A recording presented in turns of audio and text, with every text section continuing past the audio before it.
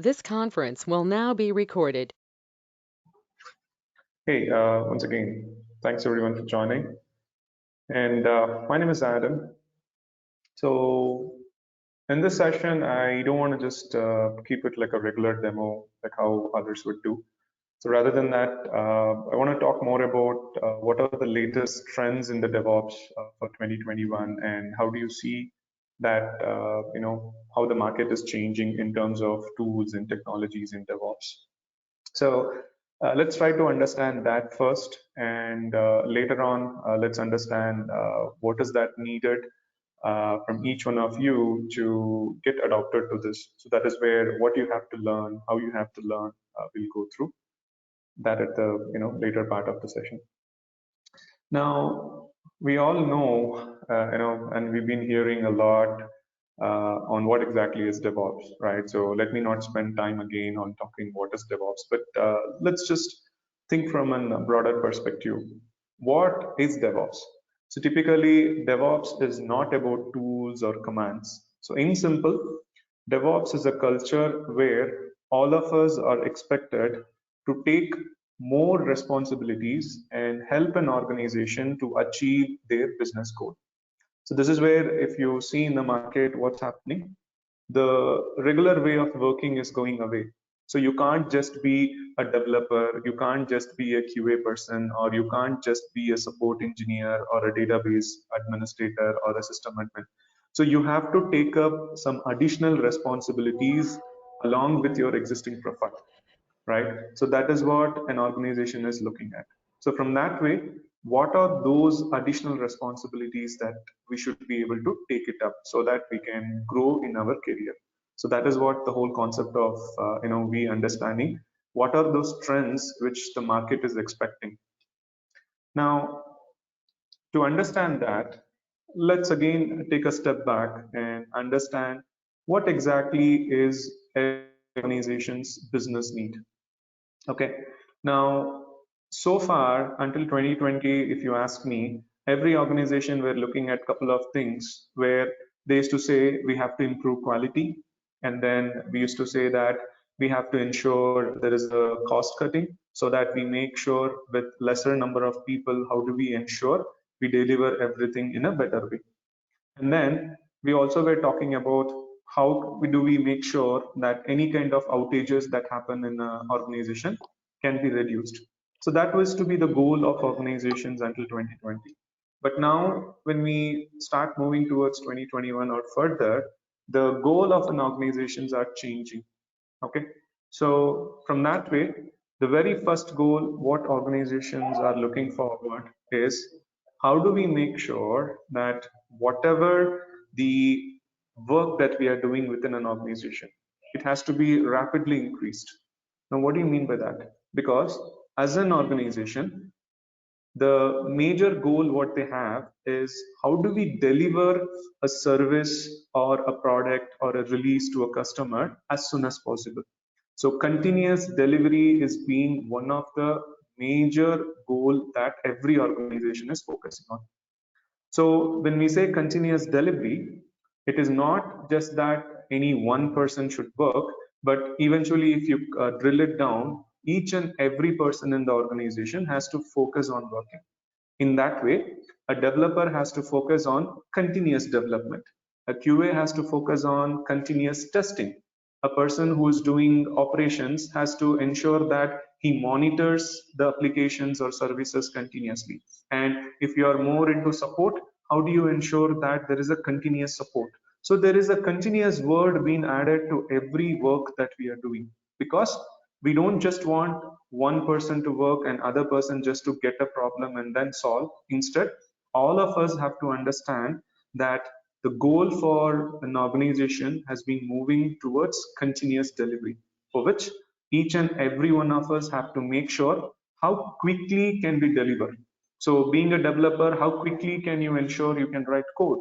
Being a QA person, how quickly can you ensure that you can test? Be a support engineer, how do you make sure that your applications are quickly back to normal in case of any issues? Or if you're an administrator, how quickly can you ensure that you are providing an infrastructure which can be used by various people?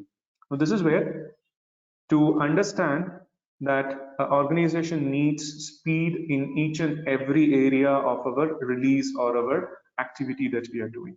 So that is one of the major goal what an organization is looking at. Now, the next thing what they're looking at is scalability. Now, as an organization, there will be many of us who will be working as a developer or as an QA or as a support engineer or as an administrator. But other than that, for an organization to meet the customer needs, we should be in a position to scale. So what does that you mean scale? So we are not talking about scaling people, but it's more about the resources. But as a customer, if you look at the end result, what is that we need?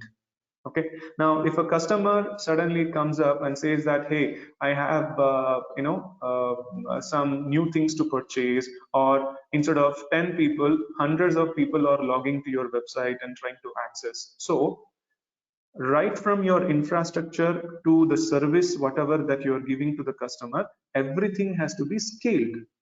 So this is where whatever that we are working, we need to ensure that there is a scalability.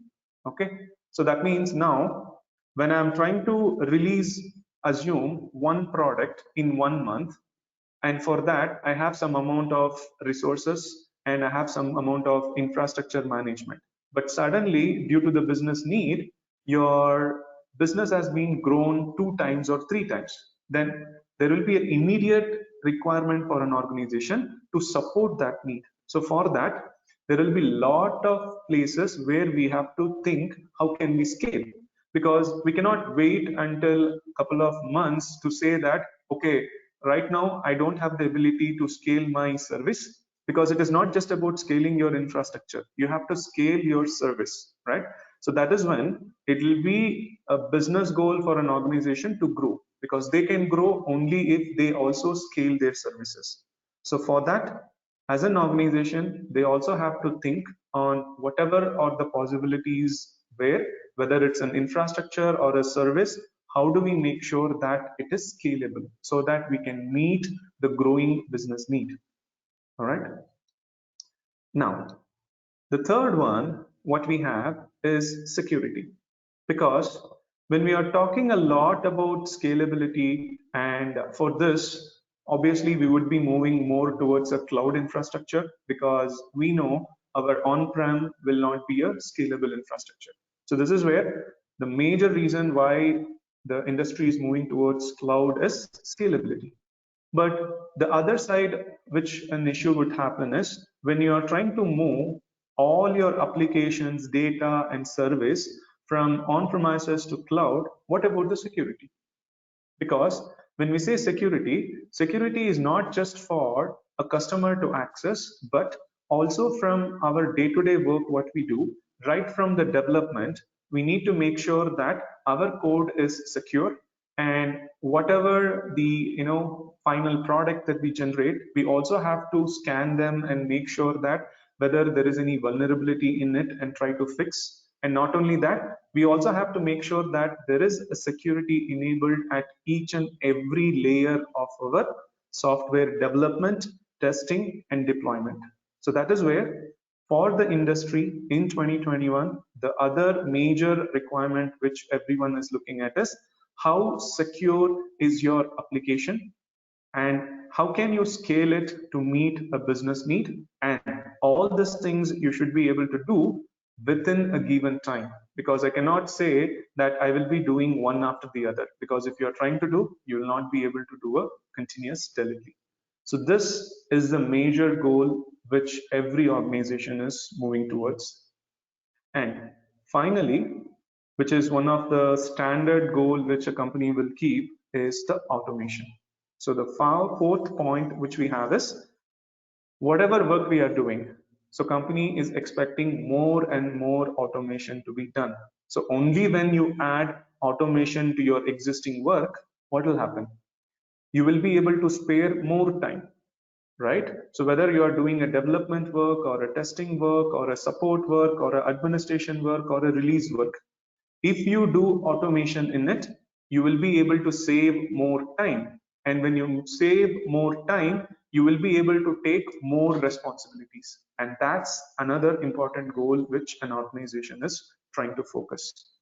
And eventually, if you now drill down, these are the primary goals for DevOps in 2021 and moving forward.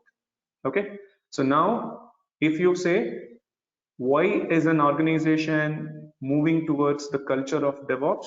Because they want the employees to focus towards taking multiple responsibilities, wherein they have to ensure that each and every task that they are doing should be automated, and ensure that they work in a continuous delivery fashion, and whatever that they are trying to deliver should be scalable and it should be highly secure.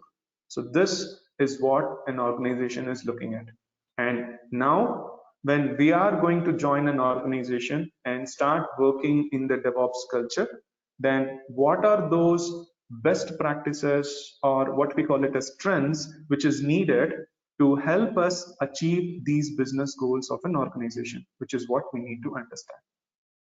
Okay, so now there are a couple of best practices or trends which you might have heard already, but let's try to dig in a little deeper and understand how all these things are related to each other. Okay, now when you say, once again, let me put this point, there's always a confusion saying that who is a DevOps engineer? So there is nothing called as a DevOps engineer. Any engineer who can add more responsibilities to his day-to-day work, in which if he can adopt any of this best practices in his work, so that he can focus towards the business needs of automation, speed, and then the security part as well as the scalability, then you are also going to be called as a DevOps engineer. Okay, so it is not the title, but it is the work nature. What are the responsibilities or the tasks that you're trying to take up? That's what makes a person more towards a DevOps culture. Okay, so now since the organizations are focusing towards complete automation, organization expects us to write some or the other kind of code through which we will be able to do more and more automation. Again, this is where many people try to misunderstand, oh, so that means if I have to get into DevOps or if I have to move towards DevOps, I should be knowing coding. Yes, that is true. But what exactly is coding? So coding doesn't mean you should be knowing Java, or you should be knowing .NET, or you should be knowing Go language. So typically coding is any kind of activity which you're trying to write some kind of files to automate a work. So that could be a simple script that you're trying to write, like PowerShell or Linux shell scripting, or it could be a Python scripting, or it could also be a Go language. Other than that, if you are trying to do some automation using a programming language like Java, or you know more about Python a little deeper using OOPS concept, now that's also called as code. And even there are some applications where for doing an automation, you have to write some kind of text related file or configurations file, like YAML file or JSON file. Now, even they are called as code. So this is where we need to first understand, to achieve more and more automation, there is some kind of coding needed, which can be a script, or it can be a program, or it can be some kind of an text related format like JSON or YAML. Now that changes depending on what is that you want to achieve. Okay, so it's not mandatory that only if you know Java you're going to work in DevOps. No, if there is an activity where you have to automate some work, go ahead and try to write a shell script or a Python script or a PowerShell script depending on your OS and the application. That's also called as a code. So what is the very first trend which market is looking at? So now when you're going to join an organization and help them in achieving the DevOps goals, you should be able to write some kind of code, which could be a script, which could be a program, or it could be a file like YAML or a JSON. Now, end of the day, you have to store it somewhere, and before you try to apply it to a production machine, or before you apply it so that someone else can use it, you need to make sure you have to get it reviewed, right? So that is where the very first, what we call it as a best practice, which DevOps focuses in.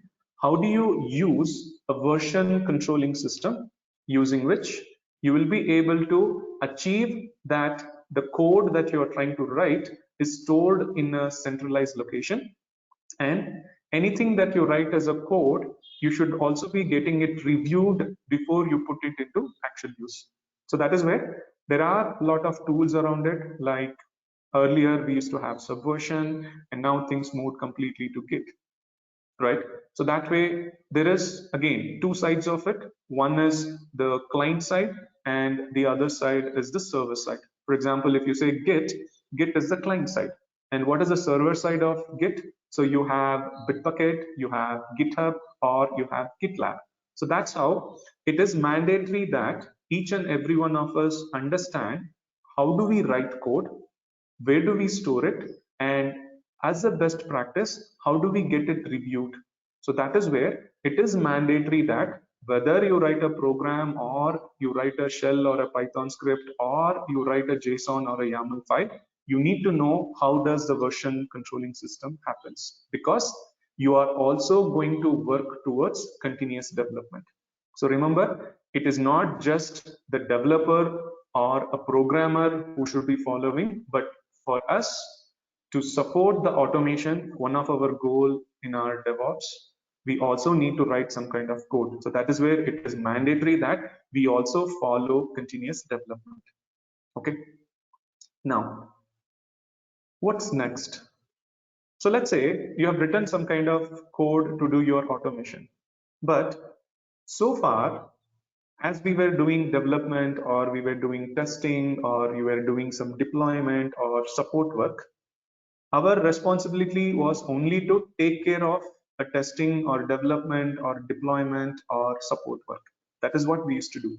But now, when we say the DevOps goal for us is automate that work, then eventually we would have more time to take up additional responsibility, right? So what is the next thing that you can do as a trend in DevOps? So the next thing in DevOps, what we can do, which is the trend coming up, is for all your work, whether you are doing a development work or a testing work or a deployment work or a support work, there is an infrastructure that you need, correct? So this is where whatever the kind of infrastructure that we are going to use has been moved from the traditional VM to cloud-based. And this is where we need to automate the entire infrastructure creation, where once again, you are going to use some kind of code to automate. Okay, so once again, when I say code, it is not that you are going to write a program, but there are a lot of tools available in the market which can help you to take an input of a file in which you define what is that you need in the infrastructure, and that tool can convert that code into an actual infrastructure. So for example, if you're a dev, so you need a machine and a database. Okay, now what you can do, you can write a code wherein there are specific syntax or format of the tool, depends on what kind of tool that you're taking. Now let's assume that you are trying to write some kind of code where you say, hey, I need a machine and I need a database which can connect to each other, and there is a network around it. So you tell the requirement in terms of a file, and the tool, whatever that you're going to use, will convert that into an actual infra. Now let's say that you are a support engineer. So you need to make sure that there is always an application running. Now before that, you need multiple machines and there should be a load balancer on it. And all of this should be in a particular network. So once again, for your requirement, you can go ahead and create a file which will tell that I need a load balancer, I need a network, and in this I need a 2 machines in it. So this is how each and every one of us can think towards how can we work on automating the infrastructure that is needed for us, right? Because If you are a QA, so far what is that you would have done? You would have only thought about, okay, application should be created and it should be running somewhere. Then I will think about how to do the testing automated. That is what you will think. But have you ever thought now, as we are moving towards DevOps, so if you are going to automate your testing work, definitely you have to take some other responsibility. So this is where, why do we need someone else to help you in creating an infrastructure? You can also do it provided you know how does it work. So that is where, whether you are a DB person or a storage person or a developer, for your day-to-day activity, if you need an infrastructure, which could be a network or it could be a machine or it could be a database running in the cloud, how can you get it without going through a lot of process? Because in the traditional method, what is happening? You will go to IT team, you will raise a ticket, which could be like a ServiceNow ticket, and they will review it and they will create and then send it back. Now, to get this, even for a single machine for some development work, where you have only 2 hours or 3 hours of work, you will easily spend one day. So this is where, now if you spend 3 hours or a day just for a simple activity, then how can I achieve my continuous delivery?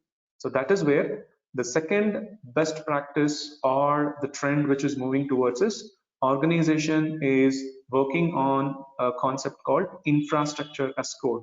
So what does it mean? For any kind of activity in a cloud, you should be able to create an infrastructure by yourself. Okay, so that is what is the concept. And now here, if you talk, so there are lots of tools available in the market. Suppose if you are using AWS, then there is a built-in option called as CloudFormation, but that is only for AWS. Now that is where, as you are seeing, organizations are using hybrid cloud. That means they might use AWS for few services, they might use Azure or GCP for few other services. So how do you make sure that there is something called as cloud agnostic way? Cloud agnostic means there should be one tool which can connect to AWS or Azure or GCP. So this is where the focus more is towards a tool called Terraform. Okay, so using Terraform, you can connect to AWS or Azure and you can create your infrastructure by writing some kind of code. So once again, this is not a program. So Terraform uses a file called as .tf, wherein there are some syntax that you have to write. Okay, so all you have to do is know that syntax and define how your infrastructure is needed, and Terraform will connect to AWS or Azure and it will create the infrastructure within no matter of time. So that is where each and every one of us should be knowing, how do I automate my infrastructure creation, for which you might be required to write some kind of small code. So the difference is, if you are a developer or a QA, you might have to write a small infra. But the same thing, if you are going to work as an administrator in cloud, then you might have to write a huge infrastructure requirement, because right from beginning you should say what user to create, and within the user what network to create, and within the network what would be your security group, and further from the security group what subnets that you're going to use, what load balancer to use, what ports to be allowed and not to allowed. So that way different requirements has different inputs. So that way the focus as a DevOps trend is, everyone should be knowing how do we use this concept and automate the infrastructure which is needed by ourselves, which is how, in addition to your day-to-day work, you can take additional responsibility. Okay, so this is another major trend which is booming, wherein you can see Terraform is one of the tool which is kind of being very widely used because it's cloud agnostic and it can connect to AWS or Azure or GCP. Now, when we talk about infrastructure, the next thing that we need to focus about is, okay, so using Terraform or a concept called infrastructure as a code, you can automate the machine creation or the network creation or database creation. But what happens is, once the machine is created, within the machine, you need to make sure that there is some particular version of your application running, or there is some particular service which should be running, or there should be some configuration files or certificates which should be running inside the machine, right? Now this is where, how do you achieve? Now the infrastructure as a code stops only at the machine level. So it can focus to get you a network, a machine, a database, but within a machine, if you want to configure, that is where the next trend in DevOps is configuration as a code. Once again, you can see everything is code. So that is where this first concept of VCS is important. So what do you mean by a code here? Once again, the concept is, if you have a machine, whether you are going to use that machine for your development purpose or for testing purpose or for deployment purpose or for support activity, you need to configure that machine so that it will have a particular application or a particular service or a particular file or a particular certificate that you need. So how do you make sure that it is automatically available every time you create a machine or anytime that you want to upgrade when you have multiple machines? So that's when the next trend is to automate that using, once again, the same concept of code. But here you're not focusing on the infrastructure, but given a machine, how do you make sure that machine has everything configured to use for your development purpose or testing or deployment? So that is where the next trend which we have is configuration as a code. So once again, there are plenty of tools available in the market for this. Earlier, people used to use Chef, Puppet, and Salt. Now, as the Red Hat is kind of booming on the other side, you can see Ansible as a tool which you will be using to implement this configuration as a code. Now again, how does Ansible work? So you have to give something called as a playbook or a file, which is a YAML file. Okay, so once again, YAML file is not a program. It's just a syntax where if you know how to write it in terms of key and a value combination, you will be able to give the input. So this is how, if there is a machine which you need for your development or testing or deployment, you will tell what you need in that machine through a YAML file, and a tool like Ansible will connect to that machine and automate the configuration. So this is how, before you do your work, you will be now majorly using the infrastructure as a code or configuration as a code to automate first the machine creation, and within the machine the configurations will be done automatically. Okay, now this is what everyone is expected to do, because so far, like I said, whether you are a developer or a QA person or a support engineer or a deployment engineer, you never used to think about it. The only thing you will say is, I will raise a ticket, someone should give me a machine, then I will go to that machine and I will take care of my application, or I will use my database, or I will use it to do some storage management, right? So you never thought of it. But now, as a DevOps trend, it is expected that as you are moving towards cloud, you should also be knowing how to automate your infrastructure creation using IAC. And once that infrastructure is given to you, how do you configure that machines to specifically suit your need, like as a dev machine or as a QA machine or as a deployment machine? So for which you're going to use configuration as a code. Okay, now eventually, as you are trying to write some code to achieve, where are you going to store it? You're going to start following a version controlling system or a tool like Git and GitLab. So this is going to be your day-to-day activity, and this is one of the trend which is majorly changing. So far, many people were not doing it, but now, as you see, every organization is focusing towards this, where they are expecting that you should be knowing and having some knowledge on these tools like Terraform or Ansible, which internally supports IAC or CAC.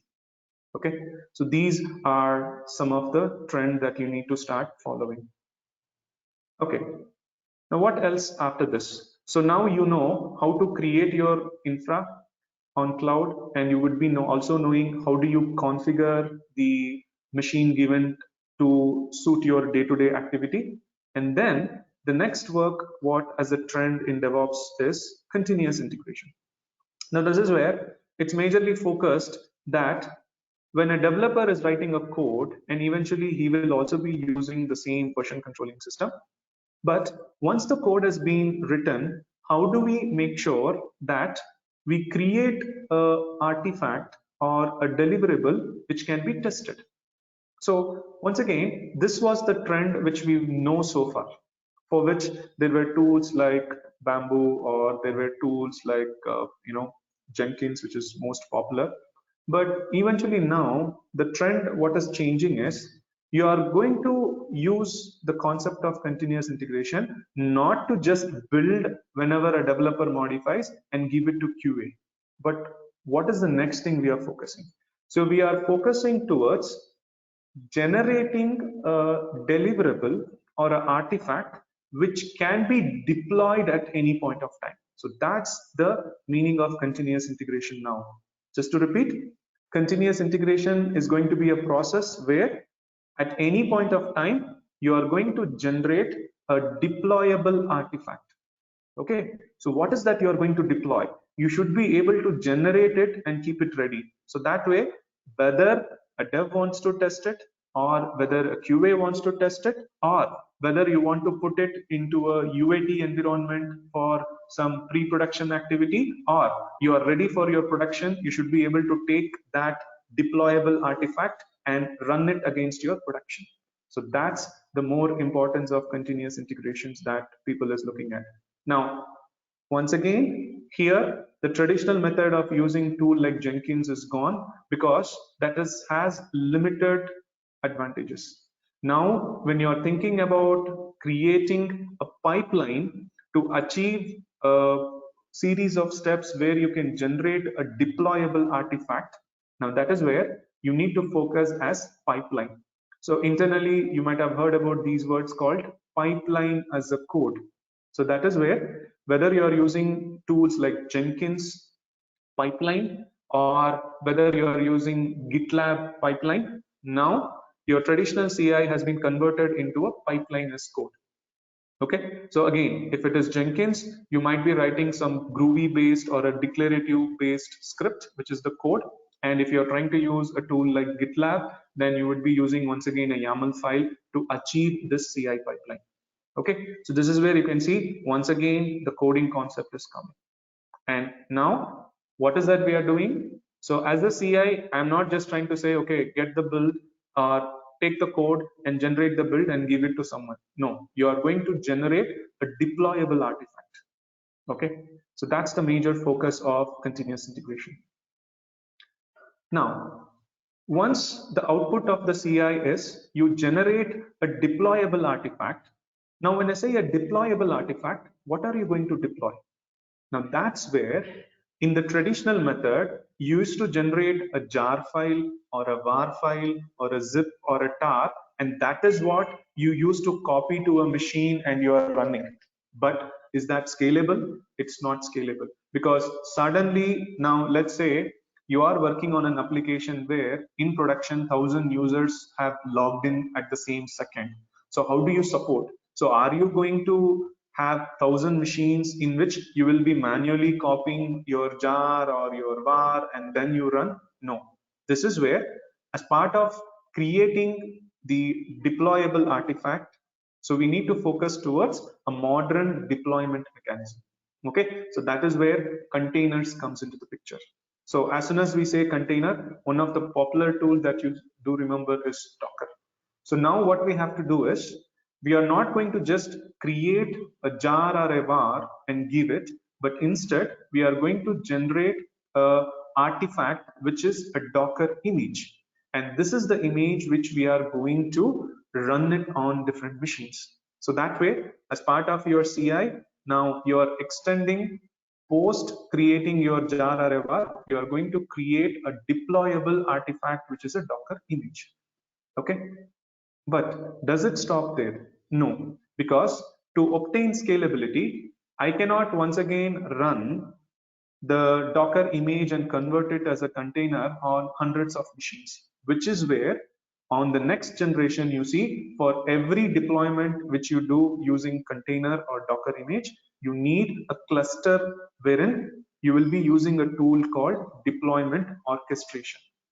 And that is where, along with CI, you have the next part which we call it as continuous deployment or CD. Now this is where whatever the artifact that you are generating, which is a Docker image, how are you going to deploy it into a cluster wherein we should not be worrying to say, okay, I have a Docker image created, I want to make 100 copies of it. So instead of you going to each machine and creating 100 containers, you would be using an orchestration system or a tool which will connect to the cluster of machine and get this done.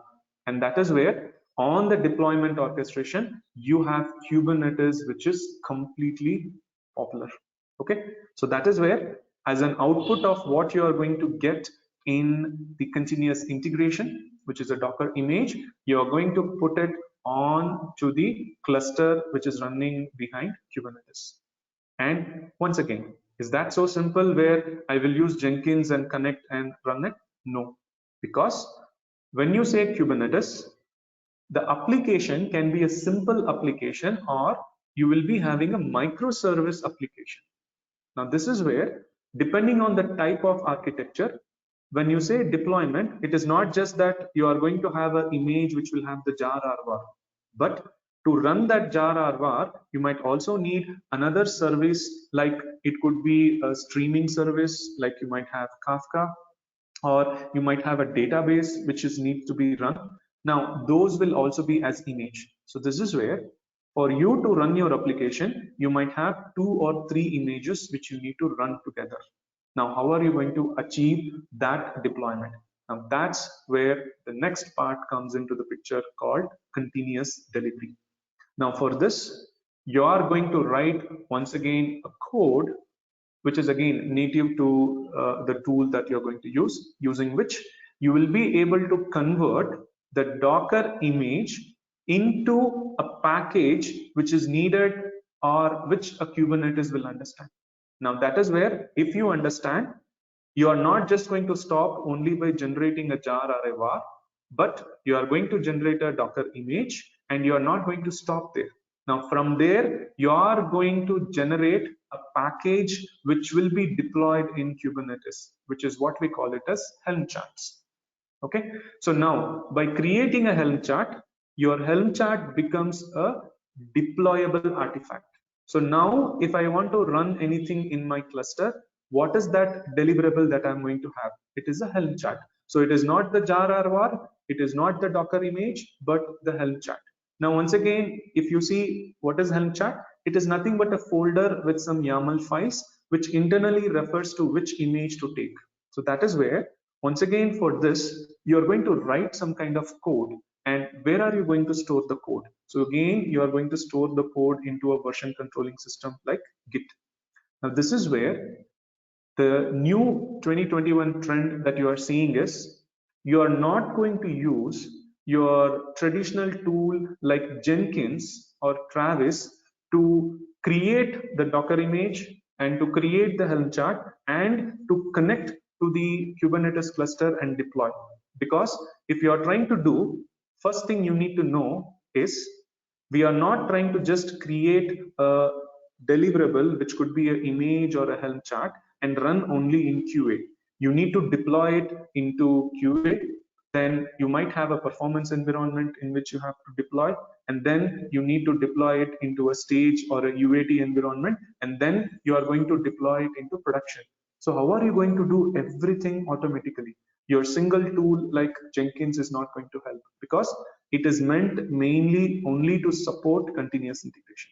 That means its duty will stop as soon as it generates a var or a jar or a Docker image, or it is going to generate a Helm chart and stop. But how are you going to run that into production? How are you going to run it continuously whenever there is a new image or an Helm chart generated? Which is where the emerging trend, what we call it as GitOps. Now for this, there are some tools which will be continuously monitoring whether there is a new Helm chart created, or whether there is a new package, or whether there is a new Docker image generated, and based on that, it knows where to deploy. Okay, because in Kubernetes, if you know, further the cluster is divided into something called as namespace, which could be for specific application, for a user. So that way, GitOps is the latest trend where beyond your Jenkins and Helm chart, how are you going to take the deliverable and to which cluster to run so that you can further do your testing continuously. So for all these things, once again, there are different kinds of tools. Now, earlier GitOps was still there. So there were some, popular tools if you go back, right, which the industry was using.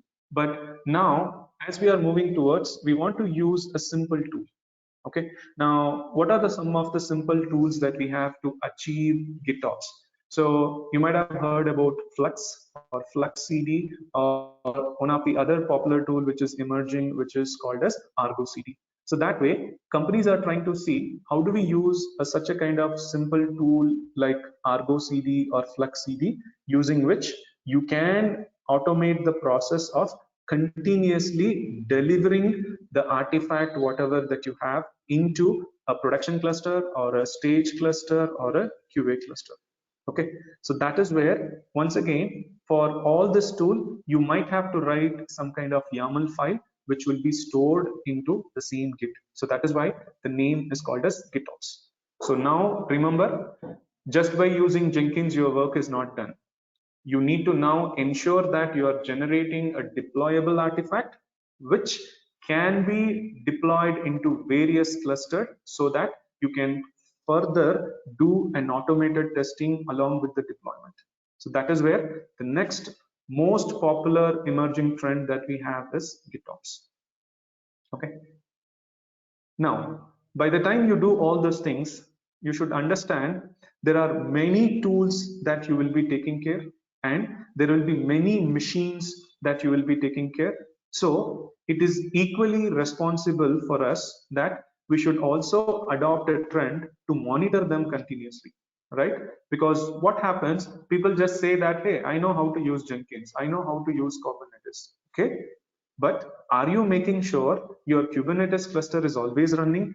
Are you making sure your Jenkins is always running? Or to support that, there might be many other tools that you're using. Is it going to be running always? How do you make sure? So that is where monitoring all these applications and machines and your Kubernetes cluster, whether it is in QA or production, how do you make sure everything is fine? Which is where continuous monitoring is a trend which company is expecting you. Because last year you might have said, yeah, my company moved to Kubernetes, I know how to use, but do you know how to monitor it? If there is a problem, can you fix? And do you know how to scale your application for which monitoring is needed, right? Because depending on the usage, you should know how to scale them. Do you know how to scale your Jenkins? Do you know how do you scale your Kubernetes cluster? Now, for all these things, how do we monitor? Now, that is where there are many cloud native solution tools, because again, people still talk about using a tool like Nagios or Splunk. Now, that is not just outdated, they are not cloud native. Now, what do you mean by cloud native? So there is a concept called CNCF, Cloud Native Foundation. Now, any kind of tool that you generate, it should be more suitable for cloud. That is where companies are focusing towards using a tool which is more suitable for cloud.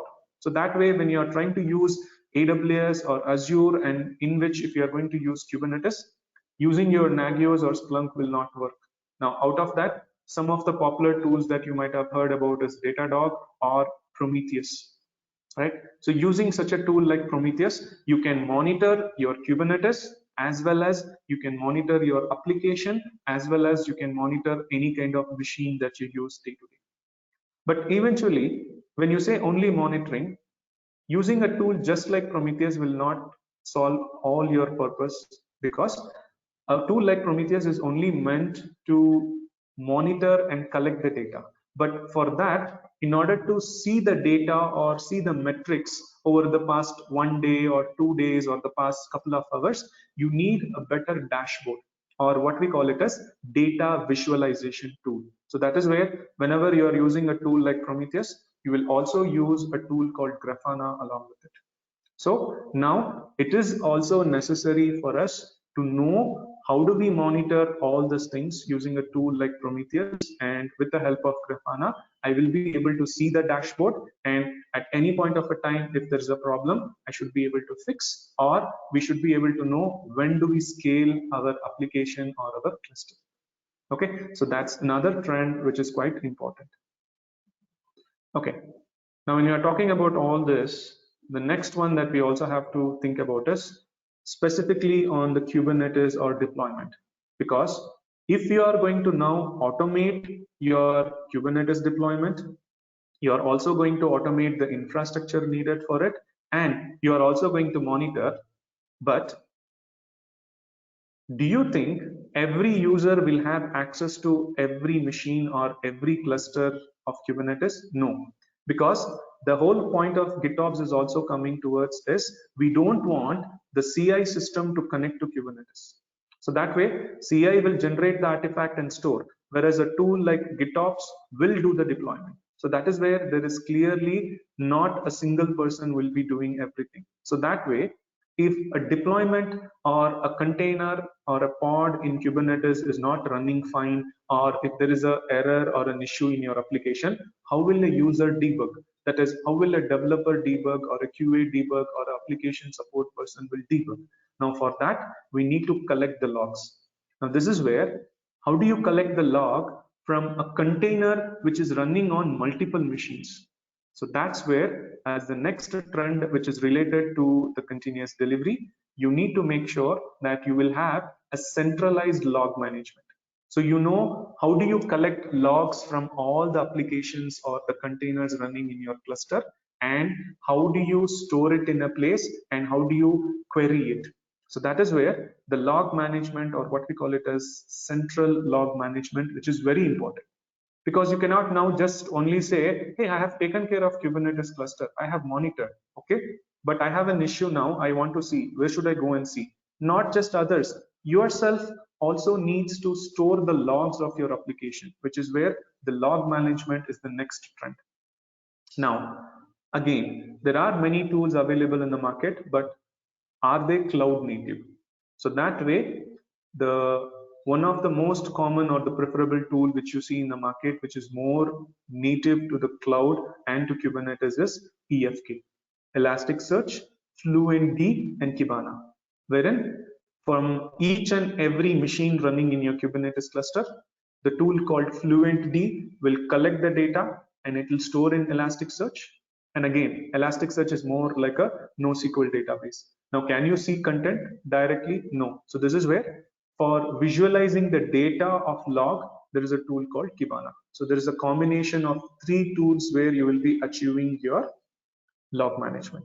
Okay, so this is another trend which every organization wants us to focus towards in the DevOps culture.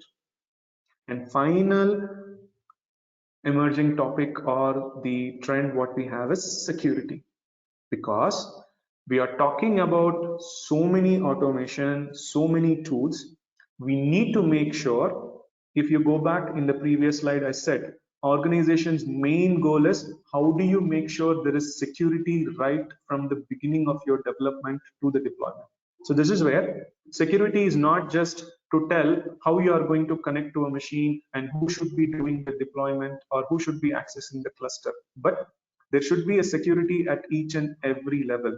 So right from development, if a developer is writing a code, how are you going to make sure that it is secured?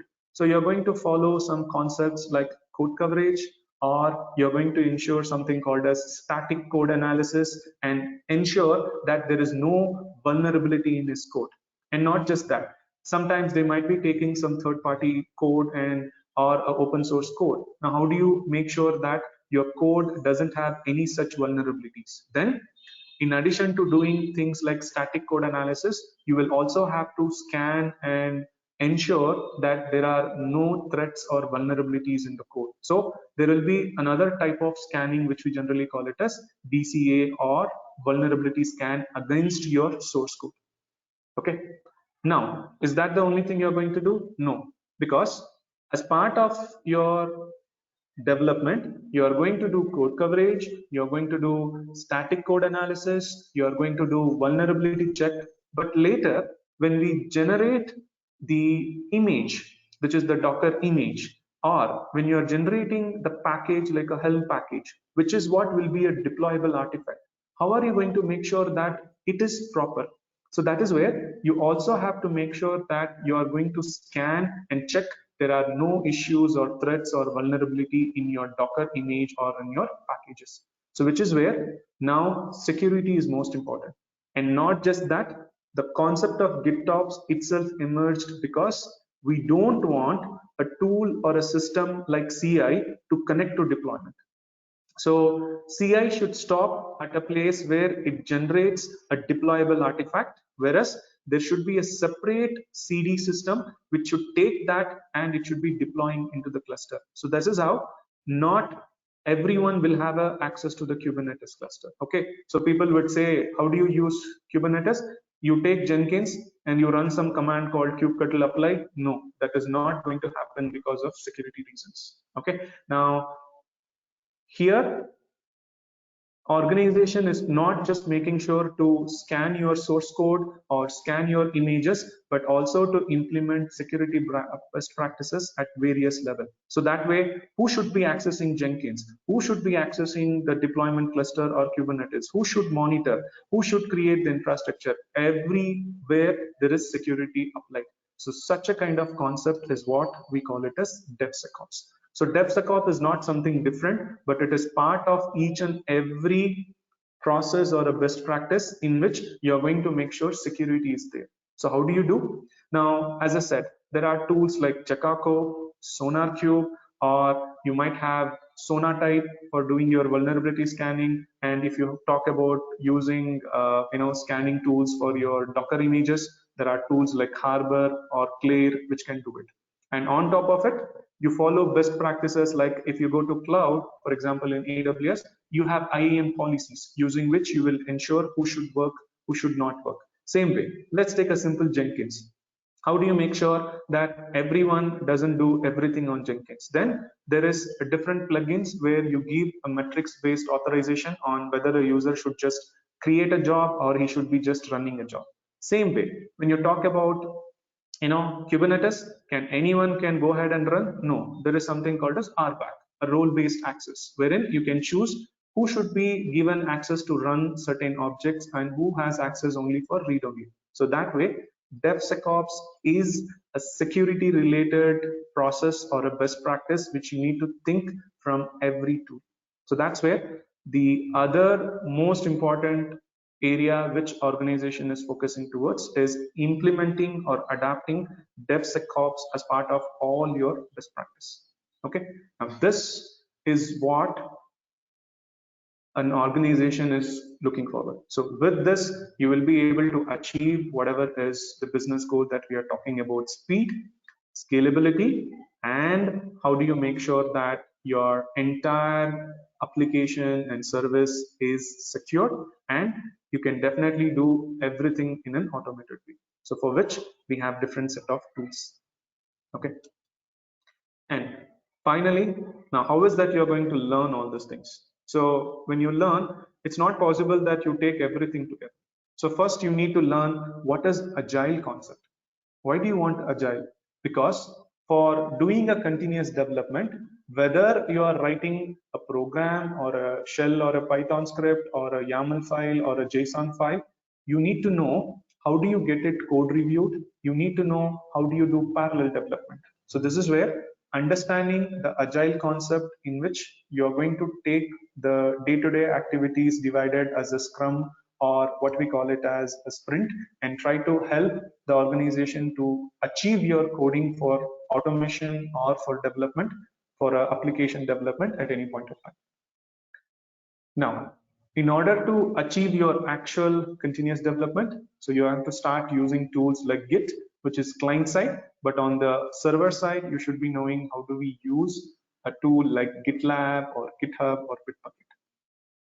Then to do continuous integration, you can use tool like Jenkins or GitLab itself, but it is not just to build, but this is where you need to also implement the DevSecOps right from your building, so that using Jenkins as a pipeline, you are going to define different stages which will unit test the code, which will generate the jar RVAR, which will do code coverage, which will do static code analysis and vulnerability scanning, and you are going to store it in a location. Okay, and these are what we call it as quality gates.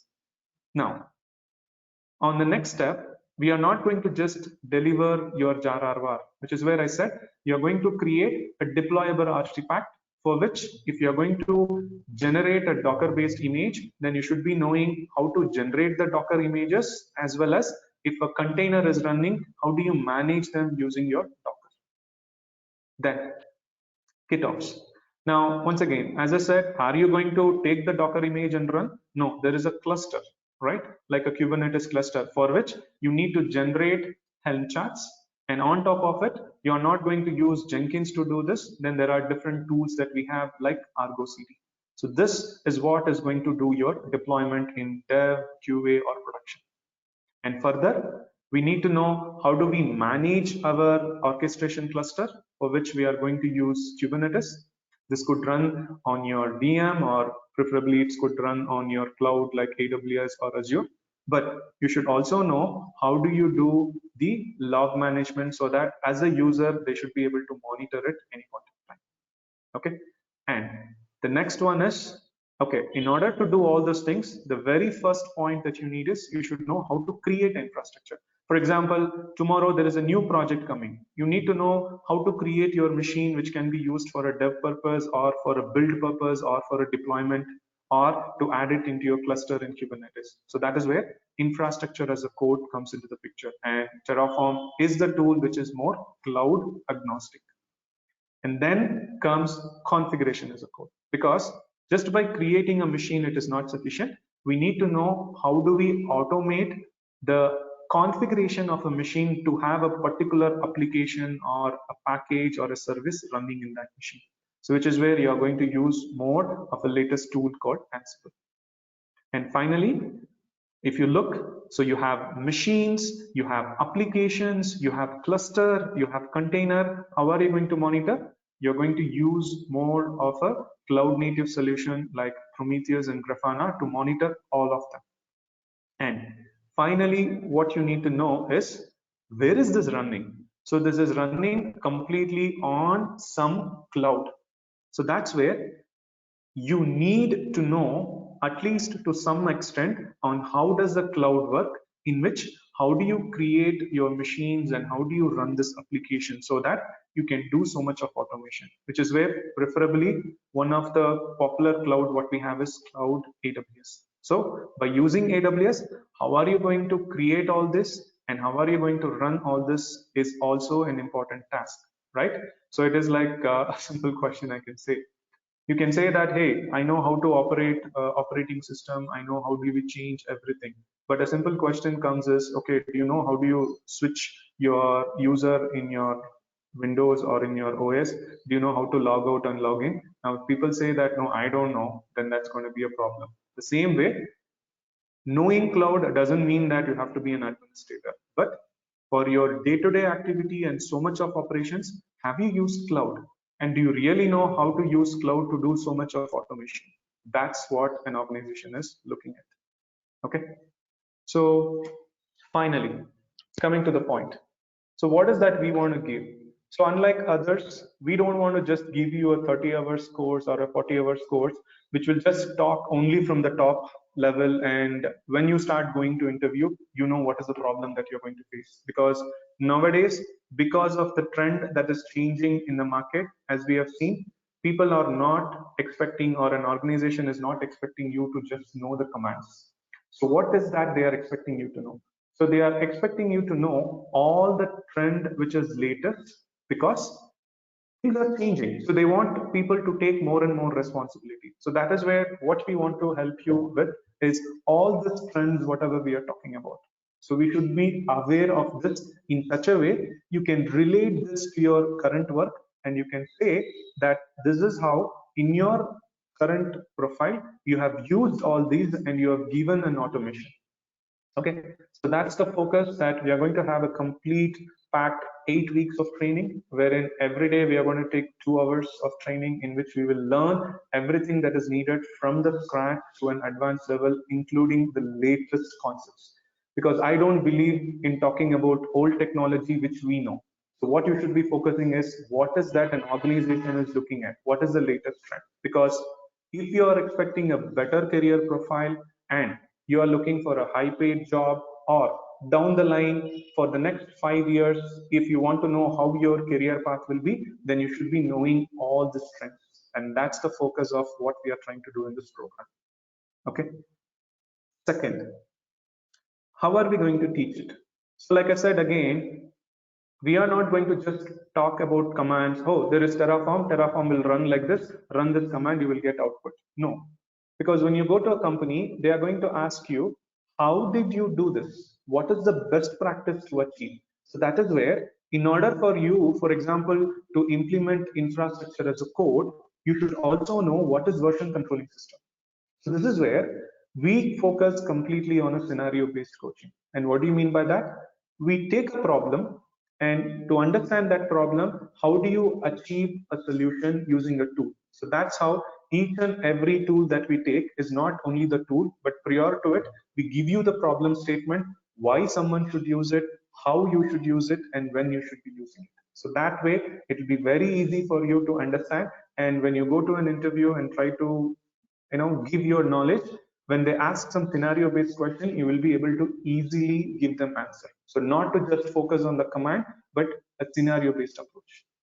And finally, the other biggest problem that everyone would be facing is, okay, you taught me all these things, but I don't have any real time experience, and how am I going to talk? Now that's where we are not going to stop only with scenario based training. At the end of each module that we take, or a tool that we take, so we go through real time projects. That's where for each tool we will have at least 2 or 3 real time examples which will put in all the best practices, right? For example, again, if I take Terraform, it's not about writing a Terraform code. You should know, using Terraform, how can you scale? Using Terraform, you should know what is the best practice that you have followed. Because, for example, if you are going to pass a credential, how are you going to pass a credential in production and in dev?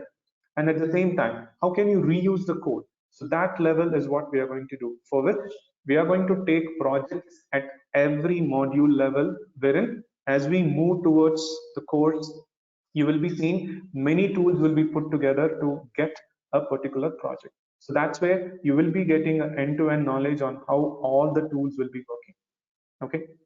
And finally, we also believe that just by showing you everything, it will not work, because end of the day, if you go back now, there is going to be lots and lots of code that you have to do your day-to-day practices as well as for the project. So you're going to get complete notes on whatever that we are doing in the day-to-day, plus you're going to get study material, which will be like a handbook, plus each and every session that we go through will be recorded, because only when you practice by going through the video again and again, you will be able to achieve. So we have our own app in which all these things will be recorded and shared to you on a daily basis, so that you can go through and practice as long as you want. Okay. And finally, we will not stop only with this, because after doing all this, you need to know how you are going to apply this to your current profile. Or if you are trying to market yourself with a couple of years of experience, how is it going to be related? So that's where we will be guiding you, because being a developer or a QA or a database guy or a support guy, whatever that we spoke, you will be required to do, and it is related to your work. And that's where we'll be giving you more of career mentoring and guidance on how do you prepare your profile, how do you talk. Okay, because you cannot talk the same. So everyone put in their resume saying, I know Terraform, I know Ansible, I know Jenkins, fine, but how is it related to your current profile? You might be a support engineer, you might be a dev, or you might be a QA. So how is it all these things related? So that's what we are going to help you in addressing, so that you approach the right job and you will be able to start your career as a DevOps engineer. Okay, so these are the key points that you're going to help, which is why we take close to 8 weeks. Okay, so that's what I wanted to have, and pretty much I'm open for any kind of discussion. And once again, it's been a long time, so I appreciate everyone being here humble. So if there's any questions, please feel free to let me know, and I'm here to answer that. Hi Adam, this is Naresh.